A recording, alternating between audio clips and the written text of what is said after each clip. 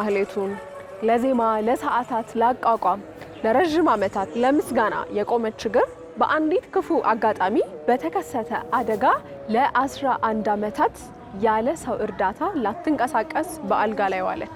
በአየር ላይ ነው እንግዲህ ከሰባት ከቆርቆሮ አንስቼ መሬት ላይ ነው ያረፍኩት። ወደ ታች እየወረድኩ ነበር። ጫማው ተፈናጥሮ ነው ወድቋል። ከዛ ወደ 3 ወደ 4 እየቀረበ ስትመጣ የሚያንጋርር ድምጽ ሰማዋለች። ለ2 ወር ያህል ራሴን ሁሉ ማላቅም ነበር። ከወደቁባት ቅጽበት ጀምሮ የፈን 2 ወር ራስዎትን ያላቁ። እንደምናላችሁ ወዴታ ቲቪ ቤተሰቦቻችን ዛሬ እንደምታዩ ከስቱዲዮ ወጣ ብዬ በቡልቡላ አካባቢ ይገኛለሁኝ። መጣው ተወዳደርኩ 85 አለፍኩኝ። የገጠር ደብዳቤ ሲጻፍ ወይም ሲሰጥሽ በር ይፈልጋሉ ለካ ቤተክርስቲያን ውስጥ። አዎ ዛሬ ይዘንላችሁ የመጣ ነው እንግዳ የሃይማኖት አባት ሲሆኑ እጅግ ለማመን የሚከብዱ ፈተና ጊዜያቶችን ያሳለፉ። እንደወሰርከ ለምን አልወሰርከኝም? የኔ መኖር ምንድነው? ሽንትም ምንም ሰገራ መቆጣጠር አልችልም። እንግዲህ ሰው 10 ዓመት ሙሉ ውዳሴ ማርያም ጸልዬ ጸሎቴ መጨረሻ ላይ የታወይ ውሰደኝ የሚል እንጂ አድነኝ የሚል ጸልዬ አላውቅም። አቡ ቤተክርስቲያን መጠለያ ስጡኝ ብንላቸው የዛሬ እንደር ብንላቸው አላሳድሩና ቤተክርስቲያን የተቸገረ ካልተረዳባት። እንዲሁም ከባለቤታቸው ደግሞ ለብዙ ሴት እህቶች ምሳሌ የምትሆነን ባለቤታቸው ይዘንላችሁ መተናል። ስመጣ አብራ ተከትላ ልትመጣ ስትል እንድትመጣ አልተፈለገም ነበር፣ አስቀሯት ማለት ነው። ድምጽ ስሰማ በቃ በአካል የተገናኘ ነው የሚመስል። በጣም ነው ደስ ያለው። ያበራ እየታየ ወንጌል የተባለው ጽንስ በውስጥ ሆኖ ነበር ያለው። ያያችሁ ስትወልድ እኔ ብቻ ነበርኩት እዛች ቤት ውስጥ። ልጁ ተወለደ። እትብቱን ግን ማን ይቆረጥ? አንድ እንደዚህ ስንዝርና ትንሽ እየከፍ አድርጌ ቁርጥ አደረኩት። ለካ ይታሰር ነበረ፣ አላሰርኩት። እኔ ራሂል ነኝ። ይህ ደግሞ እይታ ቲቪ ነው። ወደ እነሱ ጎራ እንላለን። እስከ ፍጻሜው አብራችሁን ቆዩ። ልሳን እንዴት አለልሽ፣ ባለቤትሽ እንዴት አለልሽ፣ እንዴት ነው የሚለኝ ሰው ለእኔ ትልቅ ዘመድ መስሎ ነው የሚታይ። አይስወደው በጣም ነው የምወደው።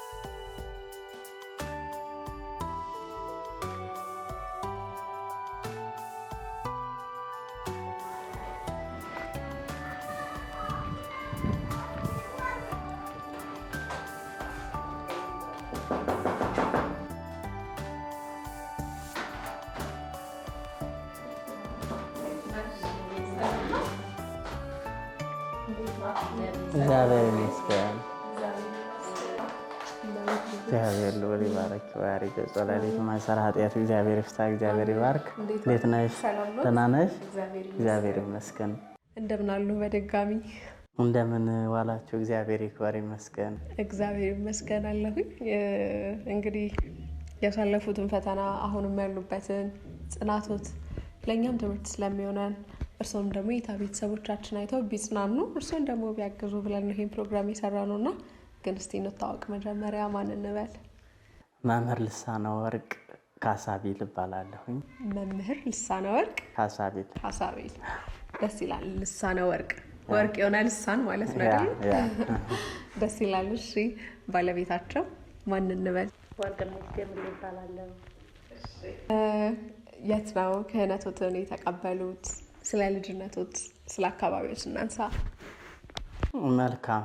እንግዲህ ተወልጄ ያደግኩት ሰሜን ወሎ የሚባል አካባቢ ነው። ያው ለአቅመ አዳም ስደርስ ለትምህርት ስደርስ በቤተ ክርስቲያን እንደማንኛውም ተማሪ በቤተ ክርስቲያን በአካባቢያችን ባለ ትምህርት ቤት መንፈሳዊ ትምህርት ቤት ተማርኩኝ። 9 ዓመት እንደሞላኝ ነው እንግዲህ ከሰሜን ወሎ ወደ ባህር ዳር ዙሪያ ሄድኩት። ልክ በ9 ዓመቴ ማለት ነው። አንድ የቅኔ መምህር አጎት ነበረኝ። እሱ ነው ይዞኝ ሄደው ቁጥር፣ ውዳሴ ማርያም፣ መስተጋብ፣ ሰለስት አርያም ይባላል እንግዲህ ቤተክርስቲያን ትምህርት ቅዱስ ያሬድ እንግዲህ የሰጠን ታላቁ ጸጋችን ወይም የኢትዮጵያ መለያችን የሆነ ዜማ ጸዋትወ ዜማን በደንብ ተምሬ ያው ያደኩ መጣው። ድቁና የተቀበልኩት ላሊበላ ከአቡነ ቄርሎስ ነው። እንግዲህ 12 ዓመት ልጅ ሆኜ ነው ድቁና የተቀበልኩት። ከዛ ያው እያለ ይቀጥላል። እንደው ነገ ያመቱ ቅዱስ ሚካኤል ነውና እስቲ እንደው ትንሽዬ ነገር ቢሉልን። መልካም አንዱ ወረብ ብል ደስ ይለኛል። እሺ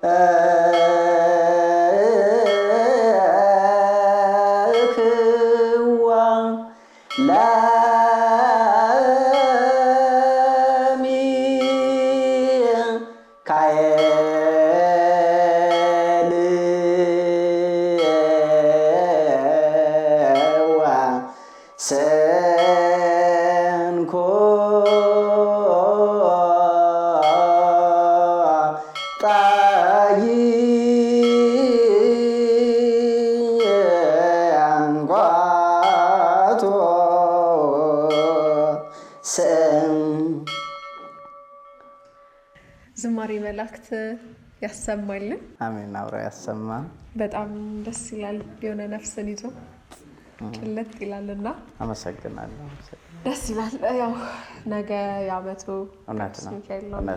ሰኔ ሚካኤል እርሶንም እውነት ነው በልጅነት ነው ወደ አገልግሎቱ የገቡት እንዳሉኝ። ከዛ በኋላ ወደ አዲስ አበባ እንግዲህ የመጡበት ደግሞ ጊዜ አለና በምን አጋጣሚ ወደ አዲስ አበባ መጡ? መልካም እና ያው እንዳልኩሽ ባህር ዳር ዙሪያ ነው ዜማ የተማርኩት። ዘመድጓ ድረስ ተምሬያለሁ ዜማ። ከዛ በመቀጠል ምንድነው ቅኔ ቤት ነው። ቅኔ ቤት ደግሞ የእንታ መንግስቱ የሚባሉ ባህር ዳር እውቅ ስመጥር ናቸው። በቅኔያቸው በጣም ማንም ሰው ያውቃቸዋልና ከሳቸው ቅኔ ተቀኘው። በመቀጠል አሁንም ቅኔ ላበስል ደሴ አካባቢ የሚገኝ የእንታለሙ ይባላሉ። በጣም ትልቅ ሰው ናቸው። በህይወት የሉም አሁን ነፍሳቸውን ይማር። ከሳቸው ሁለተኛ ቅኔ ተቀኘው። ከዛ አቋቋም ቤት ነው የገባሁት። አቋቋም ቤት መልሼ ወደ ሰሜን ጎንደር ነው የገባሁት። አቋቋምን እንግዲህ በሚገባ ተምሬ አስመስክሬያለሁ ማለት ነው። የአቋቋም መምህር ነኝ። የቅኔ ባለቤት ነኝ። የዜማውም እንደዚሁ። ከዛ ጉዞ ወደ አዲስ አበባ መጡ። ገና ነው። በጣም ውጣ ውረድ አለ በዛው ሰሜን ጎንደር ውስጥ። እንግዲህ አቋቋም ካስመሰከርኩ በኋላ የአቋቋም መምህር ሆኜ ለ2 ዓመት ከዛም በላይ ይመስለኛል ጉባኤ ተከልኩ ማለት ነው። ወንበር ተከልኩ ነው የሚባለው እንግዲህ በእኛ ዘይቤ አነጋገር። ወንበር ተከልኩ ማለት ማስተማር ጀመርኩ ማለት ነው። እና ከ2 ዓመት በኋላ ነው እንግዲህ ማንም ሰው የተሻለ ኑሮ ይፈልጋል። ጓደኞችም ወደ አዲስ አበባ መጥተው ቤተክርስቲያን ተቀጥረው ስለነበረ እንድመጣ እነሱም ጎተጉቱ ነበር። የኔም ፍላጎት ነበረ። በዛን ሰዓት እንግዲህ 2004 ነው መሰለኝ የመጣሁት። 2004 መጣሁኝ። እንደመጣሁ እንግዲህ እንዳሰብኩት አልሆነም። ወይም እንግዲህ እድሜን ሙሉ 26 ዓመት ወይም 27 ዓመት ድረስ በትምህርት ቤት ነው የኖርኩት። እስከዛው ወንበር እስከተከልኩበት ድረስ እስካስተማርኩበት ሰዓት እስከ 27 ዓመት ድረስ የላመ ጣም አልበላውም። የእናት እንጎቻ የለም። እንደምልሽ እንግዲህ በ9 ዓመቴ ነው የተለያየ ነው ከእናት ጋር። እንግዲህ ትኩስ እንጀራ ስጭኝ የለ ወጥ አልቆብኛን ወጥ ጨምሪልኝ ማየ የለም እና ከ9 ዓመት እስከ 27 ዓመት ድረስ በደረኮቸው የትምህርት ቤትን እንግዲህ የቆሎ ተማሪ ቤትን የሚያውቀው ያውቀዋልና እንደዛ ከለፋው ከደከምኩ በኋላ ምንም እንኳን ስንማር ብር እናገኛለን ብለን አይደለም የምንማረው። እውነት ለመናገር ለምን በእግዚአብሔር ጋር አንድ መንፈሳዊ ተማሪ ወይም አንድ ያቋቋም መምህር ወይ አንድ ድጓ መምህር ወይም የቅኔ መምህር የቅዳሴ የዝማሬ መምህር ከሆነ ከእግዚአብሔር ጋር ያለው ግንኙነት ያማረ ይሆናል። በመንግስተ ሰማያት የተባረከ እግዚአብሔር የወደደው ነው ብለን ነው የምናስበው እንጂ ኋላ ለሚመጣው እያደግና አይምሯችን እየበሰለ ሲመጣ ነው እንግዲህ ኑሮ ለመያዝ መቼም ከዚህ ዓለም ካልወጣና በዓለም ላይ እስካለች ድረስ ብዙ ነገር ያስፈልጋልና ትዝ አይለንም። ይሄ ኑሮ ተቀጥሮ ብር ማግኘት ምናምን አናስበው። በኋላ ላይ ግን ተመርቄ ከወጣ በኋላ ያው እዛው ደንቢያ ውስጥ አንድ ቤተክርስቲያን ቸንከር ተክለ ሃይማኖት ይባላል። በጣም ታዋቂ ነው። እንደውም አፄ ቴዎድሮስ ክርስትና የተነሱበት ቤተክርስቲያን ነው። አቡነ ማናቸውም ያረፉበት እዛ የተቀበሩበት ቦታ ነው እና ትልቅ ቦታ ነው። እዛ ቦታ ላይ ትልቅ ታዋቂ መምህር ነው የሚቀጠረው። እንግዲህ ለ2 ዓመት እዛ ቤተክርስቲያን ላይ ተቀጥሬ አገልግያለሁ ማለት ነው። አስተምሬያለሁ ተማሪዎችን።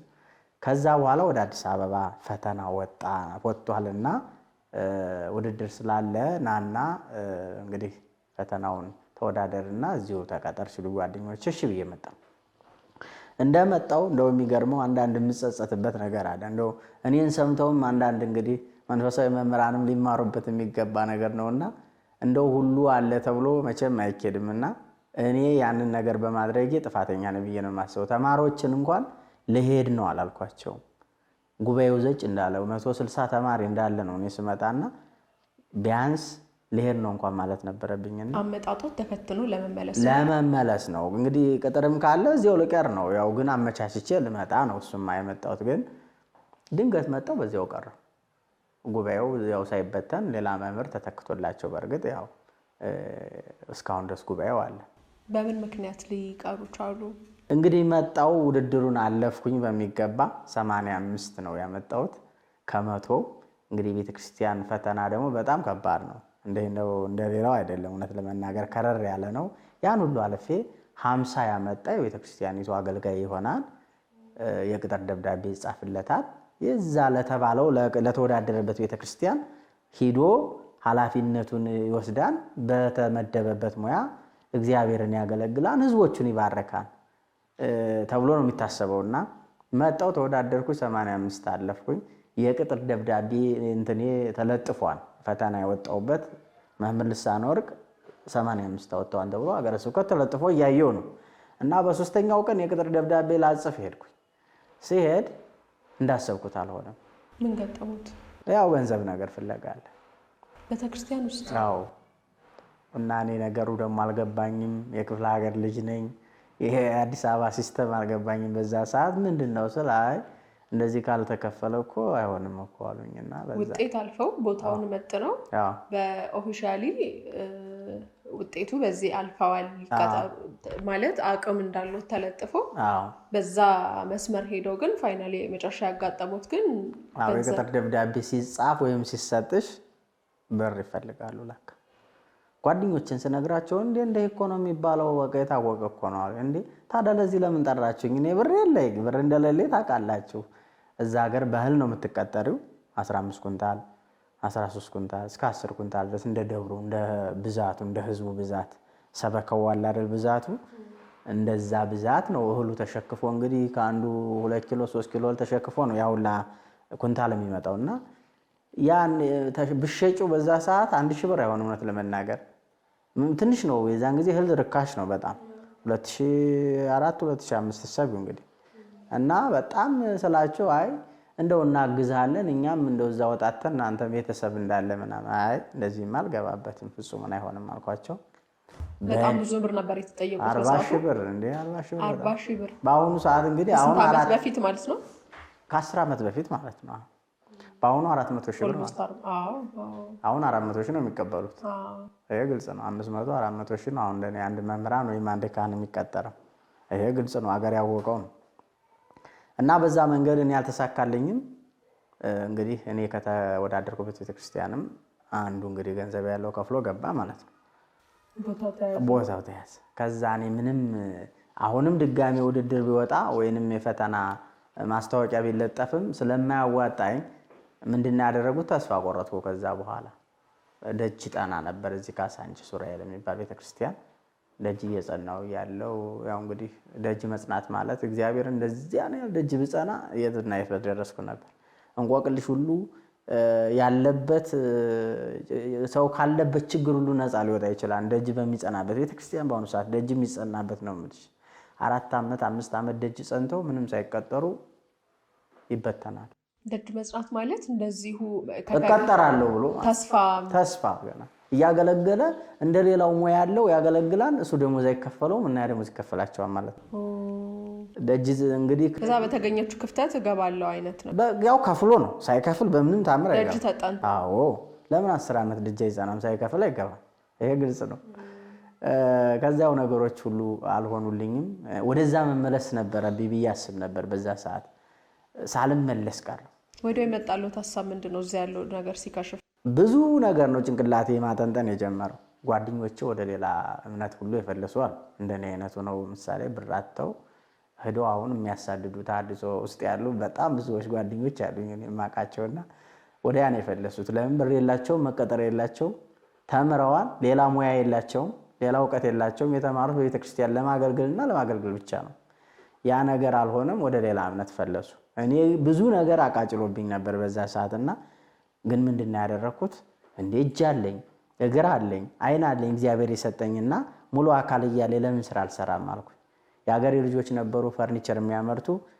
በሳምንት 200 ብር እየሰጡ ቅዳሜ ፈርኒቸር አለሰልስ ነበር። የምትለሰልስ ነገር አለች እንግዲህ የምትሰራ ትንንሽ ስራዎችን እነሱን እየሰራው። ከዛ ቀደም ግን እርሱ ከተፈጠሩ ጀምሮ በመንፈሳዊ መንገድ 27 ዓመት ሙሉ እንጂ ስራ ይሄ የሚባለው ነገር ምንም እናትና አባቶችን እንኳን ፍየል አልጠበቅኩላቸውም። ለምን? በ9 ዓመት ነው የወጣሁት።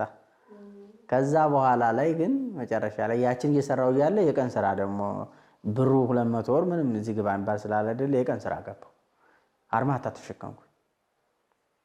ተሸከምኩኝ። ባለቤቴን በመሃል አመጣውኝ። የቀን ስራ እየሰራው መምጣት አለብን አብረን መከራውንም ደስታውን ማየት አለብን ቢል አመጣዋት ባለቤቴን ማለት ነው። ሁለታችንም የቀን ስራ እንሰራ ነበር። አንድ ብሎክ ላይ ወይም አንድ ፎቅ ላይ አብረን የቀን ስራ እንሰራለን። ቦለኬት ማውጣት እንግዲህ ስራ መልካም ነው ለሰው ልጅ። ግን ምንነቴን ቀይሬ ነው። ለምን አያስቀምጡሽም? በዛ የሚያውቁት መርጌታ ነኝ መምህር ነኝ ቄስ ነኝ ብትያቸው በስራ ቦታም የሆነ መሳለቂያ ነው። ይሄ በተለይ የማይመጥን ሰው ስለሚኖር እዛ ቦታ ላይ እንደውም አንድ ቀን እንዳጋጣሚ መታወቂያዬ ቦለኬ ምንድነው ይሄ ሲሚንቶ በፍጥነት ሩጡ ተሸክማችሁ ወደ ፎቅ ውጡ ይለን ነበር ፎርማኑ አሰሪውና መታወቂያ እግዚአብሔር ሲረዳኝ መታወቂያ በኋላ ላይ መምህር ልሳነ ወርቅ ብሎ የሻሽ መታወቂያ ነው ወርቆብኛል። ለካ ፎርማኑ ያየዋን አንስቶ ሲያየው በጣም ደነገጠ። ልሳነ ወርቅ አለ እንዴ የታቀኛም ብዬ ድንግጥ ብዬ እንዲህ ዘወርስም ና አለኝ። ና እስኪ ወደ ቢሮ አለኝ። ወደ ቢሮ ሄደ። እንዴት ነው ማንነት ግን ደብቀህ እንግዲህ ከ6 ወር በላይ ስራ ሰርቻለሁ እዛ ህንጻ ላይ። ልክ ምን አደረገኝ? አካፋ እና ቁጥጥር ሲሚንቶ ስቶር ላይ እቃ መዝጋቢ ያደረገኝ። ምክንያቱም ከዛ ሸም አራገፈ ያሳረፈኛው እና በጣም ደስ አለኝ። ከዛ ሙያ ያገሮች ልጆች ነበሩ አናጺዎች፣ እነሱ ሙያ አስለመዱኝ። አናጺ ሆንኩኝ ማለት ነው። እንግዲህ በወር የሚከፈለኝ ቤተክርስቲያን ደሞዝ እኔ በሳምንት ላገኝ ቻልኩ ማለት ነው። በዛ ሰዓት ደህና ማግኘት ጀመርኩኝ።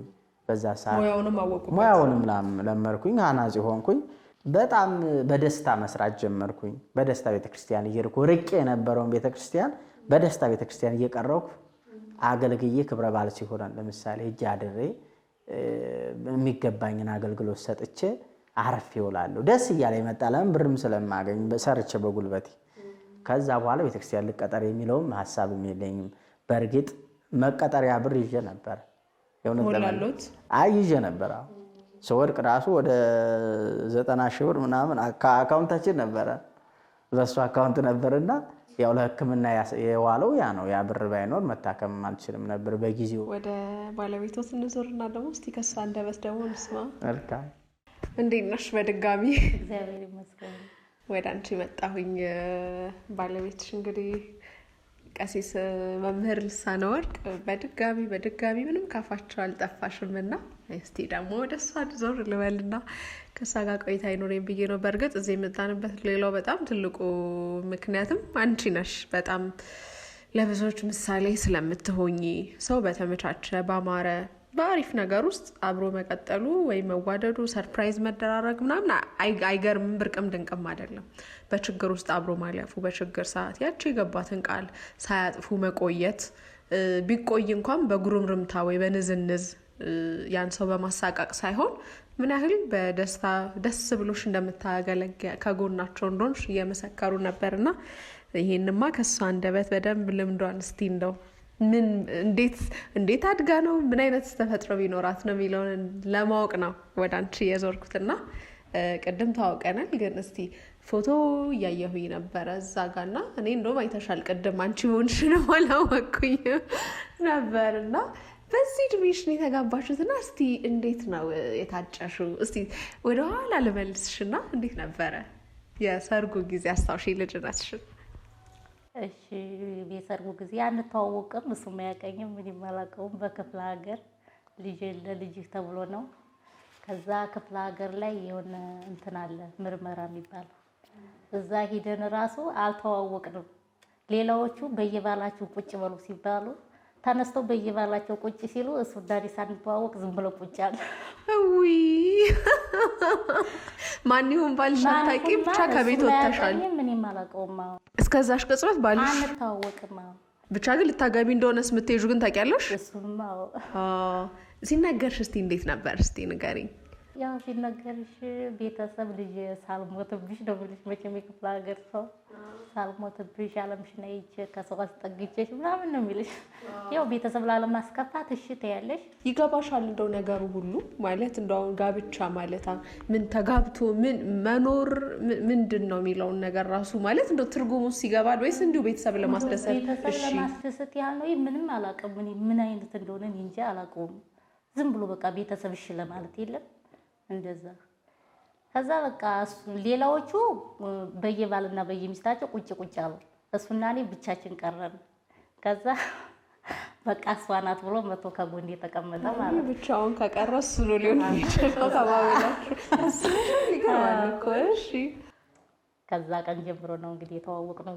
ትውቃችሁ ከዛን ቀን ይጀምራል። ከዛ እንዴት ነው ስታያቸው? እንዳልሽው ልጅነት አለ።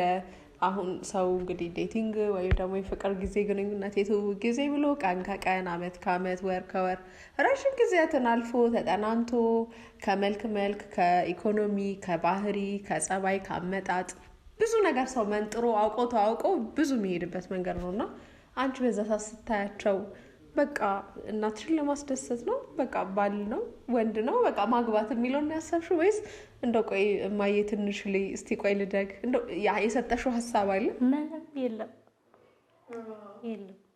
አየሻቸው በቃ አሻልሽ። ስንት አመትሽ ነው? 14 ይመስለኛል። 14 በጣም ይገርማል።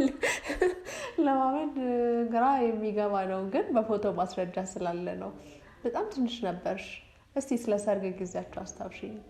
ፎቶ ላይ ታየኛል ከቁርባን ከተክሊል ስነ ስርዓት መልስ ቤት ውስጥ ነው መሰለኝ። ይሄ አዎ ቤት ውስጥ ነው። እንግዲህ የክፍለ ሀገር ሰርግ ደስ ይላል። እንዴት ነው እስቲ ንገሪኝ ወደኋላ መለስ ብለን። እንደው በቃ ማፈሩ አለ አለመታወቁም እንዳልሽው አለ ወይስ ተዋወቃችሁ ከዛ በኋላ መገናኘቱ ነበር? አልተገናኘንም። በቃ የሰርጉ ጊዜ ነው የተገናኘው። የምርመራው ጊዜና ከዛ ደግሞ ልብስ ይገዛል በመሃል ላይ የዛ ጊዜ ተገናኘን። ከዛ የሰርግ ጊዜ ነው የተገናኘነው ማለት ነው።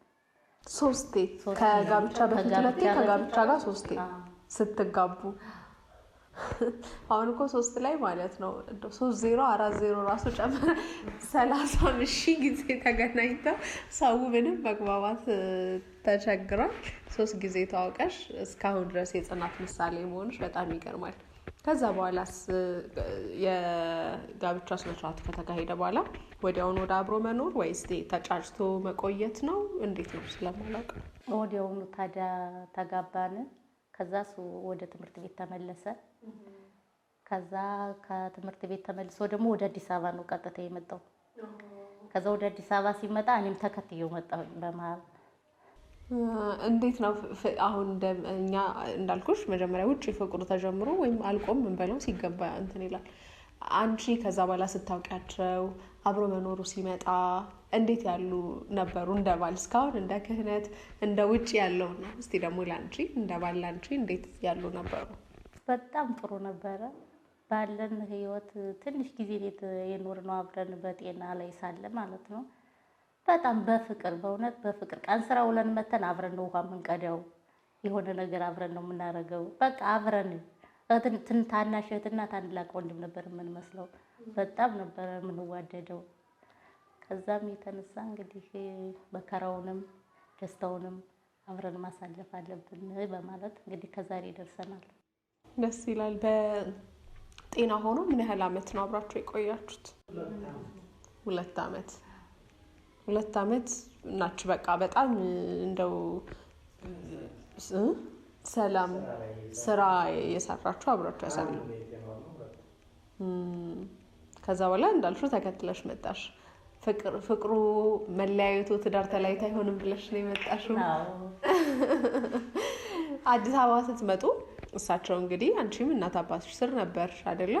እሳቸው የምታውቂያቸው በቤተክርስቲያን አገልግሎት ውስጥ ነው እንጂ እንደዚህ ሰርቶ ማደሩን ምንም የዓለማዊ ህይወቱን አታውቁትም ነበር።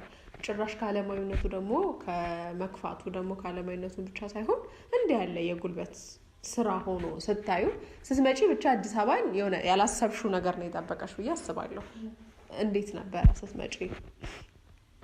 ያው ከቤተሰብ ተነጥለሽ ስትመጪ ይከብዳል። ለመጋፈጥ እጅ ለእጅ ተያያዛችሁ። የወደቁበት አጋጣሚ እንዴት ነበር? እስቲ እንግዲህ የወደቁበት አጋጣሚ ቆርቆሮ መትቼ ጨርሼ እዚህ ሪል ስቴቶች ከፍ ብሎ የሆነ G7 ኮንዶሚኒየም ነው። G7ዎች የሚባሉት የጋራ መኖሪያ ኮንዶሚኒየም ነው። ቆርቆሮ መትቼ ጨርሼ መፋሰሻ ሻንዳ በሽቦ ሳስር በዚህኛው የያዝኩት ምን ቆርቆሮ ስለሆነ የሚያዝ ነገር የለም። ግን የሆነ ነገር ጫፍ ላይ የሻንዳውን ያዝ አድርጌ ነበር እንደዚህ እያሰርኩ ወደዚህ ኮተት እያልኩ ነው የማልፈውና እንግዲህ ስበጥስ ነው የሚመስለኝ። በአየር ላይ ነው እንግዲህ ከ7 ከቆርቆሮ አንስቼ መሬት ላይ ነው ያረፍኩት። የሚገርመው እሷም ነበረች፣ ባለቤቴም አብራኝ ነበረች። 7ኛው ወለል ፎቁ ላይ ነበረች። እኔ ጣራ ቆርቆሮ ላይ ሻንዳ እያሰርኩ ነበር። ስወርድም አላየችም ደግነቱ። ምክንያቱም በሀብታ ልትወርቅም ትችል ነበር ድጋሜና ወረርኩኝ። እኔ መውደቄንም አላቅም ጭራሽ። ያው ድምጼ ሲጠፋት ወደ 3ኛ ወደ 4ኛ ስትወርድ ይመስለኛል ጫማዬ አንዱ ጫማ እንትን ስሊፐር ነበር የለበስኩትና ወዲያ ማዶ ተወርሮ አየሁታለች። እንደው ስትነግረኝ እንግዲህ አሁን ደህና ከሆንኩኝ። ከዛ ወደ 3 ወደ 4 እየቀረበች ስትመጣ የሚያንጋርር ድምጽ ሰማዋለች። አዎ አልጮሁም። ምኑን አውቃለሁ። በአየር ላይ 7ኛ እንግዲህ ስትወርጂ ከባድ ነው። ቅጽበት ነች። ቅጽበት ነው በቃ። የሚገርመው ነገር ነው የዚህኛውን ሽቦ ቆርጬ በጠስኩኝ ባሉት በጉልበቶት ነው ያንን የገነጠሉት። አዎ እንግዲህ ብጥስ ሳረግበት በሴጌቶ እንትን ብሎ ነው በቃ በአየር ላይ ይመስለኛል የራሴ ኃይል። በቃ ያው እንግዲህ ለ2 ወር ያህል ራሴን ሁሉም አላቅም ነበር። ከወደቁባት ቅጽበት ጀምሮ ድፍን 2 ወር ራስዎትን አያውቁም። ከዛ እንግዲህ እየቆየሁ ስመጣ ራሴን እንግዲህ ሆስፒታል ነው ያገኘሁት፣ ኮሬ ሆስፒታል። ያቺ የቀን ክፉ የለውም ይባላል። እኔ እንጃ ብቻ ክፉ ቀልል ብቻ ያቺ ግን መጥፎ አጋጣሚ አሉ አይደለም?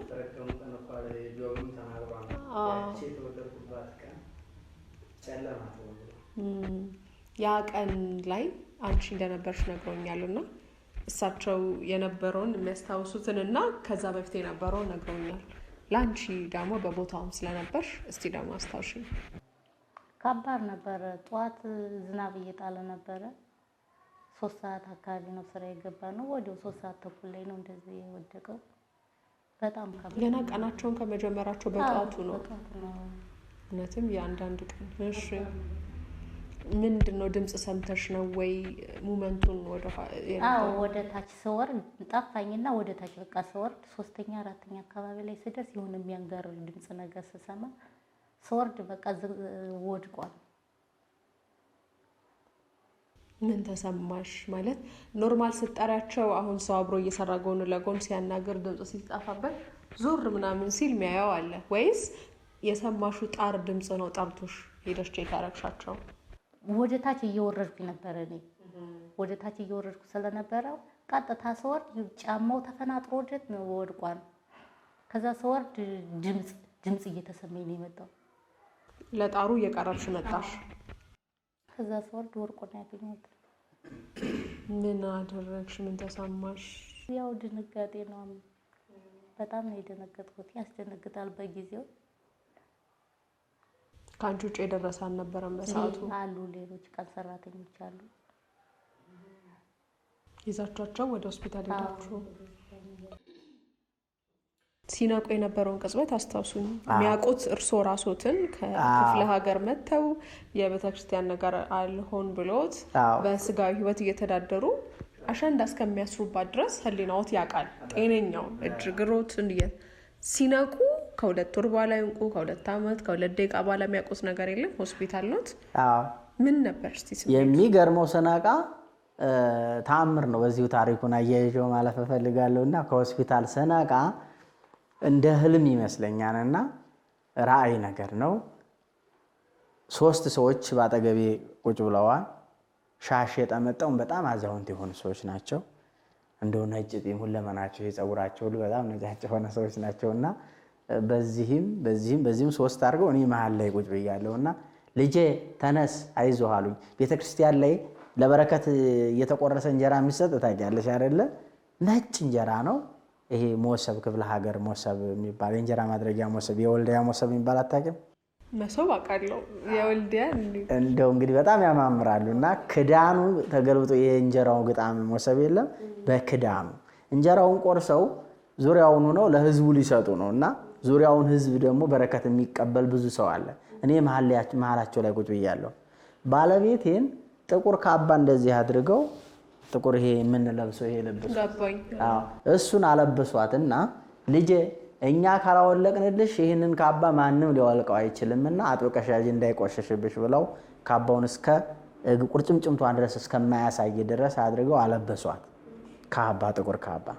እኔን ደግሞ ምን ይሉኛል? ልጄ ተነሳ፣ ይዞህ በርታ፣ ወንጌሉ የሚባል ልጅ ትወልዳለህ፣ ልጁም ታላቅ ልጅ ይሆናል የሚል እንግዲህ ተነገረኝ ማለት ነው። ከዛ ብትት አልኩኝ። ዙሪያውን ሞተ ሄደ እያሉ ብዙ ሰዎች አጎቶችም ምኖችም ነበሩ በዙሪያውና ዛሬ ነው የሚሞተው ነገ ነው የሚሞተው የሚባለው በቃ ማለት ነው። ኦሬዲ ድፍን 60 ቀናትን ራስን አታውቅም ምንም። አዎ ከዛ ሲባል ብድግ ብሌ ያንን ነገር ስናገር እንትን ነው የመሰላቸው እዛ አካባቢ ቁጭ ብለው ያሉት ኧረ ነቃ ምናምን ሲሉ እሰማለሁ ጆሮዬ። ከዛ መጨረሻ ላይ ተነስቼ ይችን ያየኋትን ነገርኩት። አንድ አጎት አለኝ አቋቋም መምህር፣ እንደው ትልቅ ሰው ነው የአባቴ ወንድም ነውና አይ ለወዲያው ተቀበለኝ። ዝም ብሎ ሰማኝ። ይሄማ ጨንቆት ሳልወልድ እንደው እንዲህ ብዬ ዘር ሳልተካ ብሎ እንትን ስላለ ነው እንጂ በፍጹም የማይሆን ነገር ነው የሚያወራኝ ብሎ ለካ ዝም ብሎ ትቶታል። በኋላ ላይ ግን የመወለድ አይቀርም ተወለደ። አዎ ስሙ ወንጌሉ ተባለ። ደስ ይላል። ከዛ በኋላ እንግዲህ 2 ወር ሙሉ እንዳልሰሙ እየነገሩ ነበረና እነዛን 2 ወር ጊዜያቶች እንዴት ነበር ያሳለፍሻቸው? ከቀን ቀን ለውጥ ይመጣል ብለሽ ስትጠብቂ ቀን ቀን ሲተካ ሳምንት ወር 2 ወር ሲሆን 2 ወር ጊዜያቶች እንዴት ነበሩ አንቺ? ከባድ ነበር፣ በጣም ከባድ ነበር። ከባድ ነው። እዚህ የምታውቂው ሰው የለም? አለ፣ ቤተሰብ አለ። ቤተሰብ አለ? አዎ ግን ይከብዳል። ከዛ በኋላ ሲነቁስ የነበረው ስሜት እንዴት ነበረ? ሲነቃ የነበረው ስሜት አጠገባቸው ነበር? አዎ ነበርንና ነቅቶ ወንድ ልጅ ትወልዳለህ ስሙንም ወንጌሉ በለው ተባልኩኝ አለና ነቃ። ከዛ በቃ ይሄ ነገር ጣረ ሞት ነው፣ ዝም ብሎ ይሄ መንፈስ እንትን ተስፋ የመቁረጥ ነገር እንደዛ ነው ብለን አይዞህ ጎበዝ ብለን ደስ አለን። ቁጭ አይልም ነበርም፣ አልጋ ላይ ባንሶላ ነበር እንደዚህ የሚገላበጠው። በውንቸር በተቀመጥኩኝ አለ ፈጣሪውን በውንቸር እንደው አስቀምጠኝና ልሙት አለ። ከዛ ቀስ ተደርጎ ሐኪም ቤቱ እንዳለ በውንቸር መቀመጥ ይቻላል። ከባድ ነበር። መቼም ቁጭ ማለት እራሱ አይችልም ነበር። ቁጭ ማለት ብዙ ጊዜ ቁጭ ማለት አይችልም።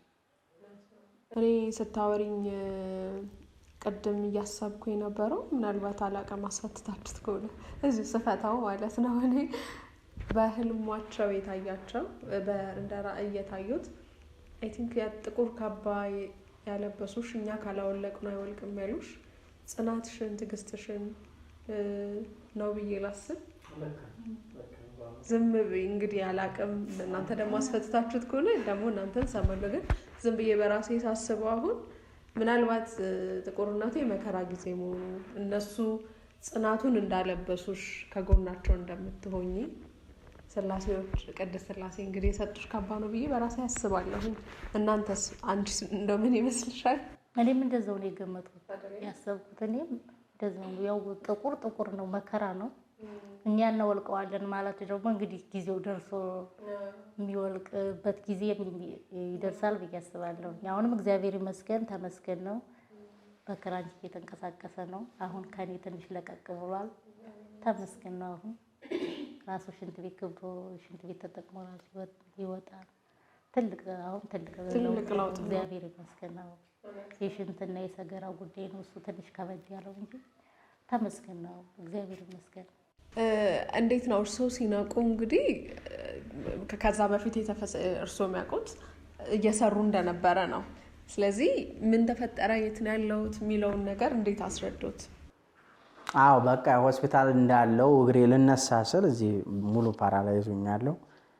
እንደተያዝኩ አወቅኩኝ። በቃ ወድቄ ነው ብዬ ራሴን አሳመንኩ ማለት ነው። እንዳሁኑ በጣም አሁንማ ቁጭ ብዬ ወንቸር ላይ እግዚአብሔር ይክበር ይመስገን። በእውነት ነው የምልሽ መገላበጡሉ አልችልም።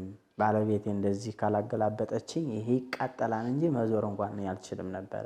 እጆቼ ደግነቱ ደህና ነበሩ። እንግዲህ ስወርቅ ምንም ነገር የተጋጋጠ ነገር የለም። እዚህ አካባቢ ላይ ለምጥን አለ፣ እጀጋ የሆነ ነገር ብቻ እዚህ አካባቢ ያለ እንጂ ይሄ ነበር አሉ አብጦ የነበረው። እንግዲህ እሷ ናት የምታውቀው። ይሄ ጀርባ አከርካሪ ሻኛሉ የበሬ ሻኛሉ አብጦ ነበር። እሱን ደሙን አፍሰው አጥንቶቼ የተሰባበሩትን እንግዲህ የሚያወጡትን አውጥተው እንደዚህ አድርገው አጭቀው በቡለን ያሰሩት በሁለት እንደዚህ አድርገው።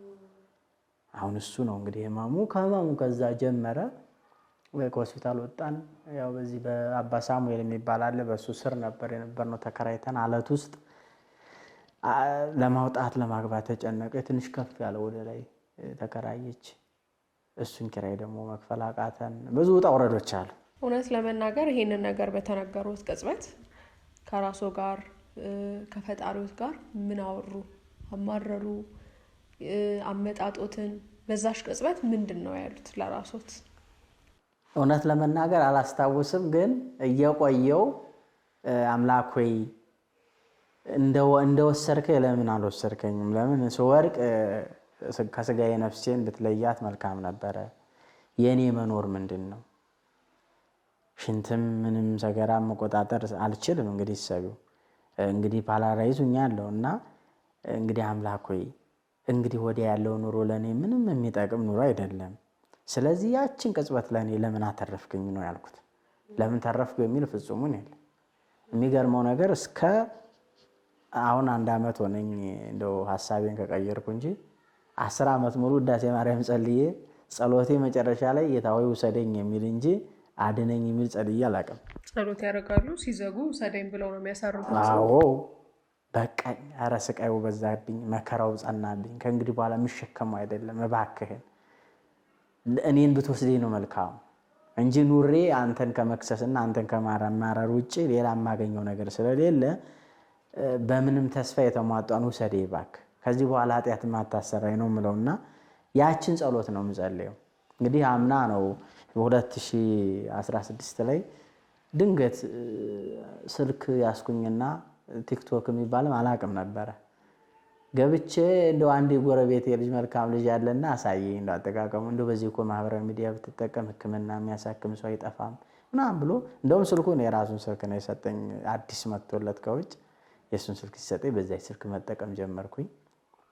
ከዛ አንድ ቤተ ኤልሳቤጥ የምትባል እህታችን ቲክቶክ አካውንቷ ማለት ነው እንግዲህ እና በእሷ ገብቼ የሆነ የአንዲት አረብ ሀገር የምትኖር ልጅ ናት። በጣም ስታማረር ሰማዋት እንደዚህ በሰው ሀገር እስከመቼ እየተቃጠልኩ እንዲህ ብዬ ገንዘቤ እንዲህ ብሎ ምናምን እያለች ያው ስለ ራሷ ስታወራ በጣም ሰማኋትና ተናገርኩኝ። ገባሁኝ። አስገባችኝ እንትን የቲክቶክ ባለቤትና ላይቭ ላይ ደግሞ እንትኔን ያደረገው በሻሽ ነው። እኔ አላቀበትም አሰራሩን ሁላና መምህር ልሳነ ወርቅ ብሎ ስላዘጋጀው መምህር ልሳነ ወርቅ ሲል ቶሎ አስገቡኝና ትምህርትም እንድሰጥ ሳስተምር የተወሰነ እያስተማርኩ እያለ ስለ እህቴ እንደው አንድ ነገር ትፈቅዱልኛላችሁ ወይ ብዬ ፈቃድ ጠየቅኳቸው። ይናገሩ መምህር ይናገሩ አሉ። ሁሉም ሰው ወደ 30 ሰው 40 ሰው አለና የኔን ታሪክ ትንሽ ባጫውታችሁ ደስ ይላችኋል አልኳቸው። ደስ ይለናል በጣም አሉ። አዲስ እንግዳ ነው የሆነባቸውና ደግሞ እዛን ጊዜ መጀመሪያ መግባቴ ሰሞን እኮ ነውና በደንብ አድርጌ ልጅቱን የሚገባ ምክር ሰጠዋት። እኔ 10 ዓመቴ ነው 11ኛ ዓመቴን እያያዝኩ ነውና የኔ እህት በእርግጥ የማማረር ስራ አልሰራም። የመጨረሻ የጸሎቴ ግን ጌታ ሆይ ውሰዴ ብዬ አውቃለሁ እላለሁም እስካሁን ድረስ። ግን ለ11 ዓመት ሳልንቀሳቀስ በአልጋ ላይ የባለቤቴን ችሮታ ይቼ መልካም ሰው ናት፣ ደግ ናት። 11 ዓመት ሙሉ እኔን 3ኛ ልጅ አድርጋ እያሳደገች ልጆቿ ሲሱ አሁን ትተዋታን ከሷ ወጥተዋን። ምክንያቱም አስቸገሩ ትተዋን ማለት ነውና እኔ ግን 3 ዓመት ሙሉ ዳይፐር ቀይራልኝ ምንድነው 10 ዓመት ሙሉ ዳይፐር ቀይራልኝ ውሃ ሰታይ ገላዬን አጥባ ፀሐይ ሙቃኝ አዝላ ሁሉ ነው እንግዲህ መኪና ድረስ የምትወስደኝና ከተከራየንበት ቤት እስከ መኪናው ድረስ አዝላ ነው የምትወስደኝ በወገቧ። የእውነት ነው ማለት እንደዚህ አይነት ሴቶች በጣም አይገኙም በአሁኑ ሰዓት። ሁሉም እንዳው ለወጣቱም ትምህርት ይሆናቸዋል ብዬ የማስበው ስታገኝ ብቻ የኔ ፍቅር መባባሉ ብቻ ጥቅም የለውም። ስታጭን መከራውም ሲደርስብሽ መቼም እያንዳንዱ ሰው የራሱ የሆነ እምነት አለው። ክርስቲያንም ሙስሊምም የተለያየ እምነት እንግዲህ የሚከተል ዝሩ በሚያመልከው ቤተክርስቲያን ሊሆን ይችላል የሚጋቡትና በዛ ሰዓት ግን ቢያምህ ላስታመምህ ቢቸግርህ አብሬ ልቸገር ብለው ነው ቃል የሚገቡትና ያ ቃል የት ሄዶ ነው ላል። በተለይ በክርስትናው ዓለም እንግዲህ በእስልምናው ስለሌለውበት ነው። በክርስትናው መጽሐፍ ቅዱስ ቀርቦ ነው መጽሐፍ ቅዱስ እጃቸው ላይ አድርገው ነው የማይሻረውን የማይሸራረፈውን የእግዚአብሔርን እስትንፋስ የያዘውን የክርስቶስን ወንጌል ላይ እጃቸውን ጭነው እስከ ሞት ድረስ አብሬው ልሆን ብለው ቃል ገብተው ከወራት በኋላ የሆነ ነገር ሲጎድል ትቸዋለሁ ብለው የሚፋቱ ብዙዎች ናቸውና ያ ነገር አይጠቅመንም። ቤተክርስቲያን የተማማሉበት ያጃቸውን የክርስቶስ ትንፋስ ላይ የጫኑበት እጃቸው ይቆረጣል ነው ማለት የእውነት ቃላቸው ኪስ ሲሞላ ጠጋ ኪስ ሲጎድል ደግሞ ሸሸት ማለቱ አይጠቅምም። ቃል የገቡለትን እምነት እስከ ፍጻሜ ድረስ ቢኖሩት ያተርፉበታል እንጂ አያጎሉም። የእውነት ነው የምልሽ እና ተታይ ብትሄድ እኮ እኔም ያው ልኖር እችላለሁ ልሞትም እችላለሁ። በእርግጥ እኔ እኖራለሁ እያላስብ እንደኔ አንተን ግን በመኖሯ ደግሞ ሁለታችንም የልጆች አባት የሁለት ልጆች እናት ሆናለች። እኔ የሁለት ልጆች አባት ሆኜ ሳለቅስ ውልና አባዬ ብለው ከትምህርት ቤት ውለው ሲመጡ እንበየን ብስብስ አድርጌ ተጽናነች ልጆቹ ደስ ይለኛል። የሚገርመው አሁን እንዴት ብዬ እንደማወራሽ ብነግርሽ ይሄ የሞቀ ስቶፍ ላይ የነደደ ስቶፍ ላይ ወይም ሚጥሚጣ ቀብቶ በርበሬ ላይ እንደምቀባት ነው። እዚህ በጣም ነው የሚያቃጥለው ጀርባዬ። እረፍት የለውም። አሁን በሚያወሩን ቅጽበት ቅጽበት እንኳን እረፍት የለውም። በቃ ለምደውት ነው። ምን ይደረግ አማራጭ የለሽማ። ምንም ማድረግ አይቻልም። ምንድን ማለት ምቾት መንሳት ነው። እንደ እሳት ነው የሚያቃጥለው። በቃ ይሄ ነደደ ስቶፍ ላይ ቁጭ ብለሽ እንደማውራት ያው መቀመጫ ይሄ ጀርባ ይጀምራል። ያ ፈጋራይ ላይ ነው እሳቱ የሚነደውና ምንድነው በህክምና መፍትሄ? በህክምና እግዚአብሔር ይመስገን እንግዲህ ማህበረ ቅዱሳንም አንዳንድ ወንድሞችም በሚዲያው አወጣተውኝ የሆነ ወደ 2 ሚሊዮን ብር ተሰበሰበና 2 ሚሊዮን 200 ሺህ ነው መሰለኝ 2 ሚሊዮን 280 ሺህ ተሰብስቦ ነበር። የተጠያቀ ገንዘብ መጣ። አይ ብሩ ተሰብስቦ ነበር ነው በህክምና እርሶ በህክምና ወደ 3 ሚሊዮን ብር አካባቢ ነው የተጠየቀውና ምንድነው ማለት ህመሙ ኦፍ ኮርስ ወድቀው ነው አክሲደንት ነው ግን የት ይታከማሉ? ምን ተብሎ ነው? ህንድ ነው እንዳገር። አዎ እንዳገር ነውና ከዛ ጊዜ እየወለደው ዶላሩ ደግሞ ባንዴ መጣና ብሩን እንደውም ሽክ አረገው። ያቺ ብር ተራባን ነበር ለኛ። በኋላ ምን ዛሬ 130 ብር ስናመነዝረው ብዙ ወርዶ ሄደ ብሩ። ግን በዚያቸው አልቀረንም። እንደ ሄድኩኝ ህንድ ሄጃለሁ። ህንድ ታህሳስ ስንት ነው የሄድነው ወርቄ? 24 ታህሳስ 24 ለ25 ነው የሄድነው። 23 ለ24 ነው የሄድነው። አሁን የፋሲካ ነው የመጣነው 4 ወር ቆይቼ። ምንድነው? እሺ በቃ መቆም አልችልም ነበር። አሁን በ2 ክራንች ቆሜ ከቤት ሽንት ቤት መግባችን ላይ ያለው ተመስገን። የእውነት ነው የምልሽ። እና እንግዲህ ለ11 ዓመት ሙሉ ካልጋም አልወርደው ሰውዬ በ2 ክራንች ለ11 ዓመት ዊልቸርም ላይ መሆን አይችሉም ነበር። አልችልም፣ ያመኛል። 30 ደቂቃ መቀመጥ አልችልም። ግን ግዴታ ሲሆን ሆስፒታል ሲሄድ ያው ቁጭ እላለሁ። ያለው እድል አልጋ ላይ መተኛት ብቻ ነበር ብቻ ነው። አሁንም እንደዛ ነው የሚሉኝ። በእርግጥ እንድቀመጥ አይፈልጉም ብዙ ጊዜ ዶክተሮቹ የሚያሉኝ ወይ መቆም ድጋፍ ይዞ ወይ መተኛት ነው። መቀመጫው ይሄ ብረቱ የዚህ ወደ መቀመጫ ስለሚገፋ ማቃጠሉ ፔኑ በጣም ይጨምራል። ይጨምራል። በእሱ መንገድ እንግዲህ ወደ 4 ወር ሊሞላን 3 ወር ከምናምን እንደ ሀገር ተቀምጠን። ስለዚህ የመጨረሻው የሕክምና ደረጃ በሕክምና ሊረዳ የሚችለው እዚህ ድረስ ብቻ ነው ብለው መጨረሻ የደመደሙትና የላኩት አላሉ። መጀመሪያ ሽንትም ሰገራ መቆጣጠር እንደምችል ነበር የነገሩን ስንገባ ገና። እዚህም እንትኑ ሲላክላቸው ይሄ ማራዩ ምኑ በቪዲዮ ተልኮላቸው ደርሷቸው ነበረ። ያንን አይተው አይ ሽንቱም ሰገራውም ማቆም ይችላል አሉ። እንግዲህ ያው እንችላለን ነው መቼም ስቴጅ በጣም መከራ ነውና እንግዲህ ለ3 ወር ያህል ፊዚዮቴራፒ ያሰሩኝ፣ የሚሰጡ መድኃኒቶችን ሰጡኝ። እንግዲህ 3 ወር ከሞላም በኋላ ምንድነው ያሉት ይሄ ከዚህ በታች ያለው አሁንም አይሰማም። እንደዚህ ብቆነጥጪው መንትዮ አይሰማም። አሁንም ሬዲ አይሰማም። ጣቶችም እንዲህ አይሉም፣ አይንቀሳቀሱም። እዚህ በታይ በድን ማለት ትችያለሽ። ያው በቃ ያው ስጋው ስላለ ወይም አካሉ ስላለ ይጎተታል እንጂ እርሱም ማንሳት አይችሉም። እሱ ችግር አለ እና ሽንቴንም እኔንም ካዩ በኋላ እስኪ ቆይ ምናምን እያሉ ብሯን መብላት ጀመሩ። ያው ብሯን አለቀች። ካለቀች በኋላ ምንድነው ያሉት እዚህ በላይ ነርቭ ስላለ ወገቤ በላይ በዚህና በዚህ የሚሰራል እንትን ሰርጀሪ ከታችኛው ፓርት ጋር አገናኝተው እንትን ማለት ይፈልጋሉ። ምንድነው ሽንትና ሰገራ መቆጣጠር ይችላል የሚል ድምዳሜ መጨረሻ ላይ ደረሱ። ብሩ ደግሞ ወደ $32,000 ነው ማለት ብር ነው። ብሩ ደግሞ እኛም ብር ያዝነውን ጨርሰን መጨረሻ አልቀናል። በቃ ይህንን እንትን ሲያመጡ አይ በቃ ከዚህ በኋላ እኛ ብር የሽንት መቆጣጠር ሕክምናው ሊደረግ የሚችለው ተጨማሪ ገንዘብ ከከፈሉ ነው ተባለ። $32,000 ያስፈልጋል። መጀመሪያ ግን እናንተ መስሏችሁ ሄዳችሁት የያዛችሁት ገንዘብ ያንንም ጨምሮ የኢትዮጵያ ብር ነው ያ የነገርኩሽ 2,280,000 የኢትዮጵያ ብር ነው።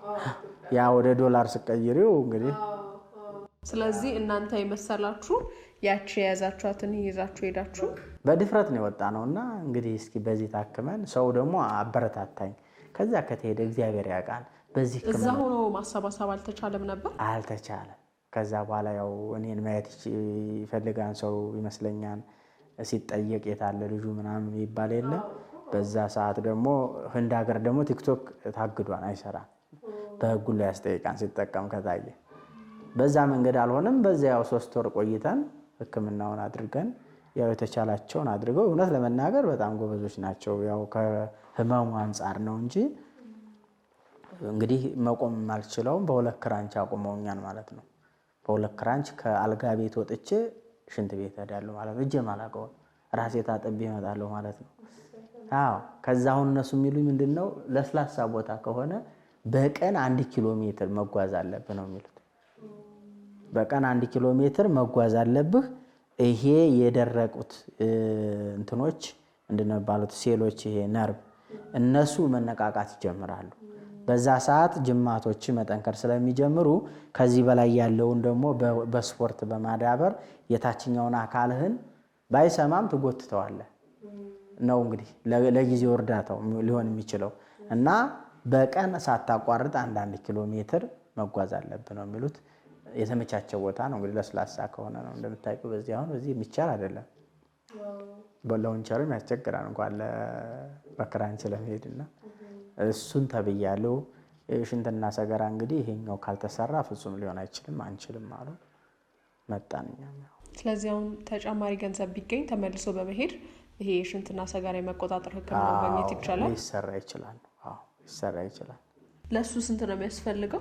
$32,000 ድረስ ሊያስወጣ ይችላል ነው። በ3 ዓመት ብቻ ደግሞ በ3 ዓመት ይቀየራል። ይሄ መስታወት ነገር አለ መሰለኝ የሚገጠም ነገር በዛ መንገድ ነው። ያው የኔ አሁን ችግሩ ትንሽ ተስፋ ያገኘሁት እንቅልፍ ለ10 ዓመት ወይ ለ11 ዓመት አላቅም ነበር። ተኝቼ አላቅም ነበር። ቁጭ ዝም ብሎ የትም ጋር ነው እንቅልፍ አይወስዶትም። አዎ ነው ያ ህመሙ ስቃዩ አያስተኛም። አዎ ስቃዩ ስላለ መተኛት አልችልም። እሳት ላይ ሆኖ ሰው ሊተኛ አይችልም ነበር እና እሱ ስቃይ በጣም መከራ ነበረው። እንግዲህ ለ11 ዓመት እንቅልፍ አይቼም አላውቀውም። ህንድ እንደሄድኩኝ የሆነ የእንቅልፍ መድኃኒት ሰጡኝ። ፊዚዮቴራፒ ሲያሰሩ ብረት ጭምራለውና ድካም ምንም ስላለው ይተኛ ህመሙን ይረሳዋን በማለት ያው መድኃኒቶች ይሰጡኝ ነበር የእንቅልፍ። ከዚህ ስመጣ ግን መድኃኒቱን አቋረጥኩት። እስኪ በራሴ ልሞክር የእንቅልፍ መድኃኒቱን ላስወግደውና ብዬ ስል 2 ሰዓት መተኛት ጀመርኩ። 3 ሰዓት አሁን 5 ሰዓት ተኝቼ እስከ 9 ሰዓት ድረስ እንቅልፍ ይዘኛል ማለት ነው። ነፃ ተመስገን። ይሄን ለውጥ አይቻል። 1 ሰዓትም ይዞኛ ያቅም ነበር። ይሄን ለውጥ አይቻለሁ በይ እንዴ። ግን የምራው ስቃዩን ካለ መረዳት አንፃር ሳይሆን በተኛም እንደው ትንጥዬ የዶሮ እንቅልፍ ናት ብድግላለው ነው ወይስ የለም ፍጥጥ ዝም ብሎ። አንዳንድ ሰው አሁን አያምንም እንቅልፍ እንዴት 10 ዓመት ኖርክ ሁሉ ይለኛልና እንደው ካሜራ ቢኖር ወይንም የዓለም ሪከርድ ሰብር ነበር እላለሁ አንዳንዴ። የእውነቴን እኮ ነው የምልሽ። ፍጥጥ ቀንም ሌትም ፍጥጥ ነው። ለምን በእርግጥ እንዳትፈርጂ ለምን እንቅልፍ አልያዘው የምትይ እሳት ላይ ሰው ሆኖ ሊይዘው አይችልም። እሳት ተጥዶ እና ከህመሙ ስቃይ የባሰ ማለት ነው። እንደው እንደኔ አይነት ህመም በአርአያ ሥላሴ ለተፈጠረ ፍጥረት ይቅርና እንደው ለጥላታችን ለዲያብሎስ እንኳን እንዲሰጠው ማልመኝ ሰው ነኝ። እውነት ነው የምልሽ። አሁንም ይስጠው ለሱስ። ኧረ እንደው ከባድ ነው ይሄ መከራ ነው። እንደሱ ኮለኛ መካኛችን ነው መከራ ነው። እንግዲህ እሱ ነው እንዲህ ይህን ስራ መልካም ስራ የማይወድለት ክፉ ስራ ሁልጊዜ ተግባሩ ስራው የሆነ ነው። ግን እንደው እግዚአብሔር እንዲምረው እንጂ እንዲህ አይነት ስቃይ እንዲሰጠው የህመሙን ምን ያህል መከራውን እኮ ነው የምልሽ። የመከራውን ብዛት ነው የምነግርሽ እንጂ እንግዲህ አሁን 11 ዓመት ሙሉ ብዙ ውጣ ውረዶች እንዳሉ ማንም ሰው ያውቃል። እንደምታውቂው ልጆች አሉ። ባለቤቴ ወንድ ናት ማለት ሴት ተብላ የምትጠራም አይደለችም። በእርግጥ መልካም ሴቶች እንዳሉ ሙሉ በጣም ጎበዝ ናት። ደከመኝ ሰለቸኝ ሳትል የቀን ስራ ሰርታ ሰው ቤት ሰርታ ማታ ደግሞ ስትመጣ ደግሞ ፈገግ ብላ ፈገግታዋን ከፍት ብላት አይደለም የምትገባው። እኔ አይኗን ነው ገና በር ከፍታ ስትገባ የማየውና አለ አይደለ ከፍት ሲላደም ሆና ነው የሆነ ይጨንቅሻል እንዴ በጣም። አዎ በዛ ሰዓት ግን እሷ ግን ደስ እንዲላት ብላ እኔም ደስተኛ ሆኜ ነው የምቆያት። ከዛ ስራ ውላ መታ እኔን ሻወር በማጽዳት ዳይፐር በመቀየር ያን ማን ያደርገዋል? እናትም እንኳን ልታደርገው አትችልም። ትሰለችሻለች ከጊዜ በኋላ። የእውነቴን እኮ ነው የምልሽ። አሁን ሰው እናት አትሰለችም ይላል። ትሰለቻለች። ግን ይህንን ነገር አድርጋ የው ልጆቿንም እኔንም እንግዲህ ትምህርት አልተማረችም። ግን ባትማርም እንኳን የጉልበት ስራ ሰርታ እስከዚህ ጋር አድርሳናለች ማለት ነው። ጎበዝ ሴት የእውነት በጣም ነው የምትደንቀው። ይሄ ጽናትሽ፣ ጥንካሬሽ፣ ትዕግስትሽ እንደው ኬት ወይስ ለቤተሰቦችሽ ንገሪን ወይስ ለአስተዳደግሽ መልስ እንፈልጋለን። ኬት ነው? ከዛ ካባ ነው በራእይ የተሰጠው ነው። ይሄ ጽናትሽ ኬት የመጣ ነው? እንግዲህ ከእግዚአብሔር ነው፣ ከላይ ነው። የሰው ልጅ በመከራ በደስታ ሳይሆን በመከራ ጊዜም አብሮ መኖር አለበት። እውነት አብረን ቁርስ በልተን ወተን ነው እንግዲህ ያደጋ የተፈጠረው። ተለይቼ በድ እኔ እንጨት አይደለሁም ወይ ብረት አይደለሁኝም። እና ይሄንን ነው ራሴን እንትን የምለው። የቀን ጉዳይ ነው እንጂ ያ ነገር አንቺም ላይ ሊሆን ይችላል። በተመሳሳይ ሰዓት አንቺም ያን ስራ እየሰራሽ ነበረ። በዚህ አጋጣሚ ሆኖ እሳቸው እንደዛ ሆኖ አንደኛ ቃል ኪዳንም ነው በባለቤትሽም አካልሽም ናቸው። ባይሆኑም እንኳን ደግሞ የቀን ጉዳይ ነው። እኔም ልሆን የምችለው የነገበረ ስለነገር ስለሆነ በቃ እስኪባል ድረስ ከኔ የሚቀረውን ሁሉ ነገር ሳልሰስት ሳልጨርስ ምንም ሳልጠብቅ ልሰጥ ቃል ገብቻለሁ ነው። በጣም ደስ ይላል። ብዙዎች እንግዲህ ብዙዎች ብቻ እንግዲህ መመሪያው ቃል ነው። ከኔ በላይ መጽሐፍ ቅዱስ ላይ እንግዲህ የኢዮብ ሚስት እንኳን ትዕግስት አታለች አይደለ? ባለቀ ሰዓት ላይ አጋንንት ጥሩ አድርጎ ተጠቅሞባት ነበረ። እና የእሱ ሚስት እንኳን ስታለች የትዕግስተኛው ትዕግስት ሲባል አእምሯችን ውስጥ የሚመጣው ኢዮብ ነው። እና እንዲህ ጸንተሽ እግዚአብሔር እንግዲህ ያጽናሽ። አሁንም ኦልሬዲ እኛ ምንም አድርገን እኛ ስላጽናናሽም አይደለም የምትጽናኙ፣ እኛም ስለተናገርንሽ ተስፋ አስቆርጪም ኦልሬዲ ከላይ ጽናቱ ትዕግስቱ ተሰጥቶሻል። ይሄ ፈተና ለሱ ሲመጣ አንቺን ደግሞ በስጦታ ዕቃ እንግዲህ አንቺን ሰጥተዋቸዋል አባና። እንግዲህ እግዚአብሔር አሁንም ከአጋንንት ከሰይጣን ፈተና ይሰውርላችሁ። ግን አንድ ጥያቄ ያለኝ ይህንን ሁሉ ስናነሳ የእሷን ጽናት አነሳን አይደለም ከፈጣሪ እንደሆነ ምናምን አለን። ግን ምንስ ቢኮን ደግሞ ቅድም እንዳለው እንደ ኢዮብ ሚስት አጋንንት ስደቢው ሲላት እሺ ብላ ታዛ እንዳረገችው ይሄ ፈተናስ ወደ ባለቤቶት አልመጣም ነበረ ወይ? እሷ ብትጸና እናንተ ወይ በጸሎት ብትጠነክሩ ብትተጋገዙ እንደው ዙሪያ ያለም ሰው ሁሉ በእናንተ ልክ ይጸናል፣ ጎሽ ጎሽ ይላል። ምን ፈተና አልነበረም? መልካም። እውነት ለመናገር እያንዳንዱ ሰው በፈተና ያልፋል። በተለይ በክርስትና እምነት እንግዲህ ሌላውን ስለማላቅ ነው ራሴን ወክል ሌላው ራፍሌ ነው። ፈተናዎች አሉ። እንደው ሰው ሳይፈተን እንደው አንዳንዶቹ ምን ሲሉ ሰማቸዋለሁ መሰለሽ፣ ለ20 ዓመት ባለቤቴ ጋር ፊት ተዟዙረን አናቅም፣ እንደ አንድ ቀንም እንኳን ተጣልተን አናቅም ይላሉ። ውሸት ነው። ሰው ከራሱ ጋር ካስተሳሰቡ ጋር ይጣላል። ሲራመድ እግሩና እግሩ እንኳን ተጣልፎ ሊወርቅ ይችላል። ይጣላል ሰው ከራሱ ጋር እንኳን ጸብ ይኖራል። በዛ ላይ ደግሞ ፈተና ይኖራል። ምንድነው አሁን እኛ ስንኖር እንግዲህ 11 ዓመት ቀላል አይደለም።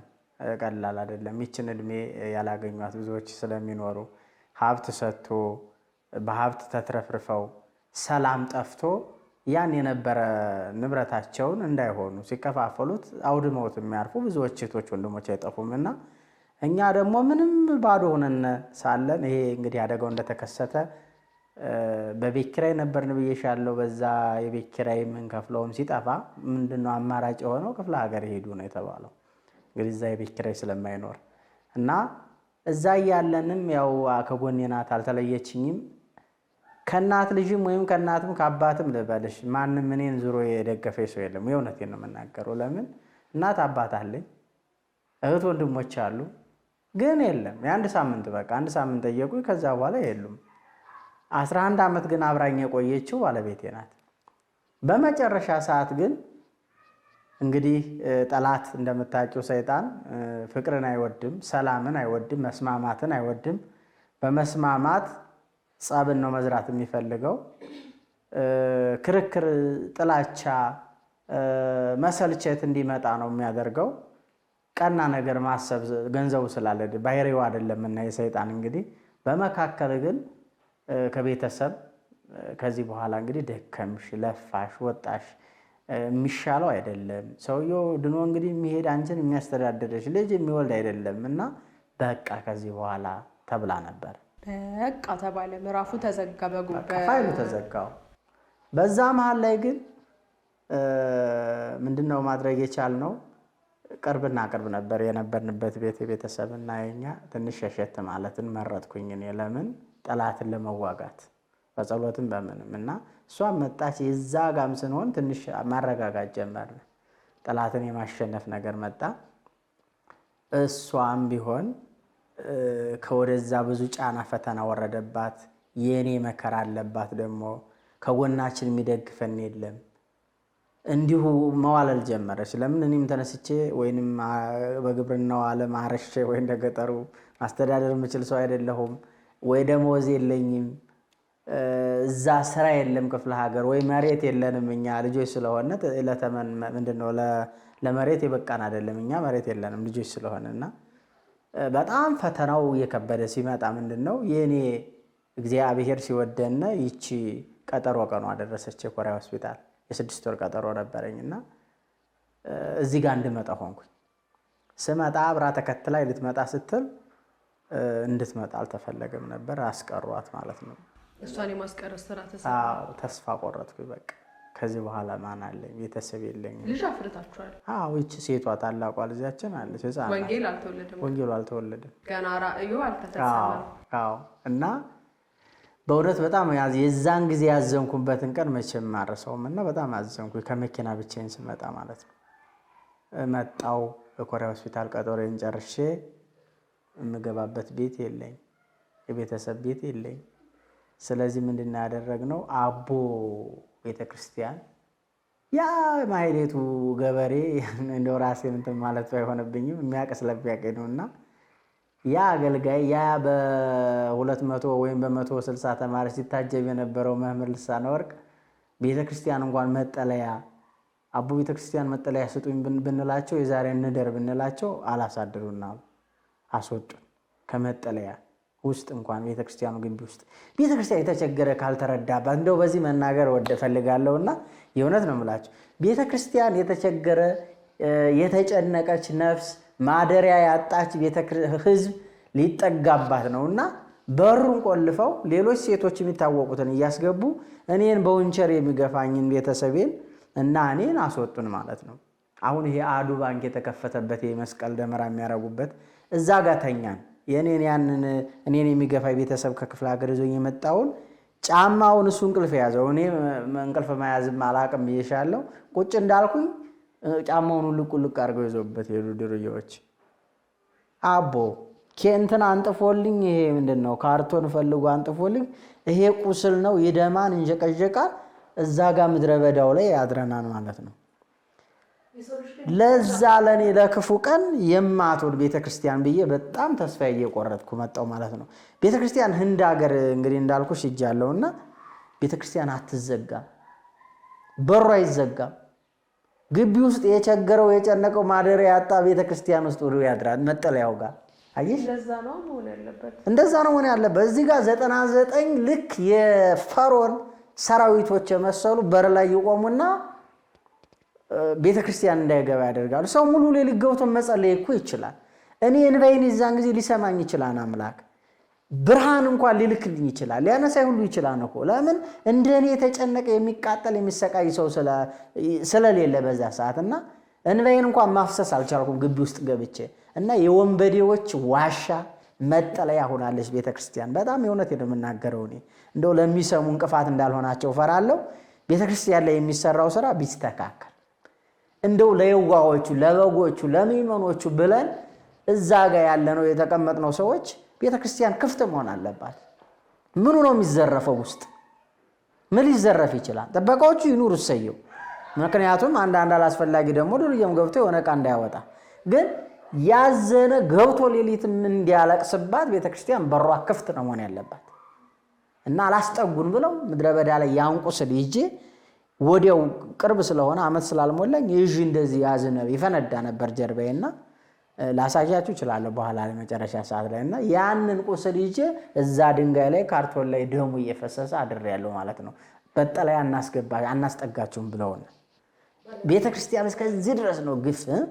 መጽናኛውትም ባለቤቱትም ተለይተው ሁለቱ ተለይተውኝ እንግዲህ ይሰቡት የዛ ሰዓት የሚሰማኝና መጨረሻ ላይ ማዘር ትሬዛ የምትባል እዚህ 6 ኪሎ እዛ ጋር በአምቡላንስ መጠጊያ ስላጣና አምቡላንስ ጠርተው ማዘር ትሬዛ የምትባል ጋር ወስደው ጣሉኝ ማለት ነው በአምቡላንስ። ከዛ አንድ የቤተ ክህነት ሰው ዶክተር አገኘሁኝ እዛ ውስጥ እና ሳጫውተው ቁጭ ብሎ ነው ያለቀሰው። ዶክተር ፋንታውን ይባላል። እንደው ምናልባት ሊሰማኝ ይችላል ባለበት ይሄን ሊመለከት ይችላልና መቄዶንያ ደውሎ ያንተ መኖሪያ እንግዲህ መሆን ያለበት መቄዶንያ ነው፣ ሐሳብክን ሁልክን ትተኸው ረሳው በቃ ልጅ አለች ስትል ወርሳት በቃ አለኝ። ምንም ማድረግ አልችልም ከዚህ በኋላ ያንተ ኑሮ መቄዶንያ ሆነና አንዳንድ ሕክምናዎች ብታገኝ እንኳን ትንሽ የምትኖርበት እግዚአብሔር ኑር ካለ የምትኖርበትን ጊዜ ልታገኝ ትችላለህ ሂድ ሲለኝ ስልክ ደውሎ አምቡላንስ ጠርቶልኝ መጨረሻ ሐሳቤን ቀይሬያለሁ አልኩት። ስላሴ ያዘጋጀው ነገር ስላለ እሷና እኔ ሊለይ ስላልፈለገ መንፈስ ቅዱስ በመካከላችን ስላለ ምንም እንኳን ጠላት የዘራው ዘር ቢኖርም ያንን ነገር አሸንፎ መንፈስ ቅዱስ መበጣጠስ ያውቅበታልና አሸንፎ ወጥቶ ስላሴ ያን ነገር አስቀረ። ምን ሆንክ ሐሳብክ እንደቀየር ካይ ባለቤቴን ብደውልላ ልትመጣ ትችላለህ ያልኩት እንደው ዝም ብዬ በቃ